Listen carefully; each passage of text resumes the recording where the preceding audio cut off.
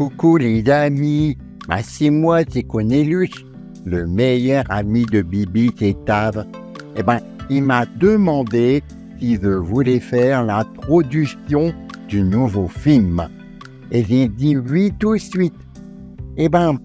Monsieur Henry, en étant à la neige, il a cassé les boyaux de son genou. Alors, l'hélicoptère, il est venu et Monsieur Henry, il est pétalisé pour se faire réparer. Alors, aujourd'hui, on va visiter le cimetière du Montparnasse. J'ai vu plein de gens que j'ai déjà vus à la télé. Je vous remercie des visionnages et des pouces à la vidéo précédente. Bibi s'est dit qu'il faut toujours remercier. Alors merci encore et il faut continuer. Bon visionnage les amis, gros bisous. Le cimetière du Montparnasse, ouvert en 1824, est l'un des plus célèbres cimetières de Paris avec celui du Père-Lachaise. Il fut créé à l'occasion de la mise en place d'un réseau de cimetières parisiens en dehors des anciennes limites de la capitale. C'est également l'un des plus vastes, avec une superficie de plus de 19 hectares et 42 000 sépultures. C'était un lieu de repos pour les troupeaux de moutons qui s'appelait la colline du Montparnasse. D'ailleurs aujourd'hui, il est l'un des plus importants espaces verts de la capitale avec 1200 arbres de 40 espèces différentes, sophoras, tilleuls, frênes, conifères, érables par exemple.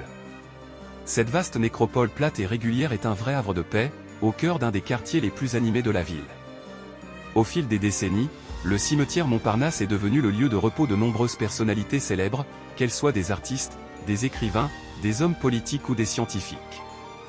On peut notamment citer les tombes de Serge Gainsbourg, Jean-Paul Sartre, Simone de Beauvoir, Charles Baudelaire, Jacques Chirac, ancien président de la République française, Henri Martin, Jane Birkin, bref. On découvre des tombes et des monuments qui racontent l'histoire de la France et de ses figures emblématiques. Outre son aspect historique, le cimetière est également un lieu de mémoire et de contemplation pour de nombreux visiteurs. Son architecture funéraire est remarquable. On admire des sculptures, des mausolées et des tombeaux d'une grande beauté artistique, des chapelles élégantes ou des stèles émouvantes. L'ensemble de ces styles architecturaux en font un véritable musée à ciel ouvert. C'est également un lieu de recherche et d'étude pour les historiens, les archéologues ou les anthropologues. Les tombes et les sépultures permettent de retracer l'histoire de Paris et de ses habitants, mais également de mieux comprendre les pratiques funéraires à travers les âges.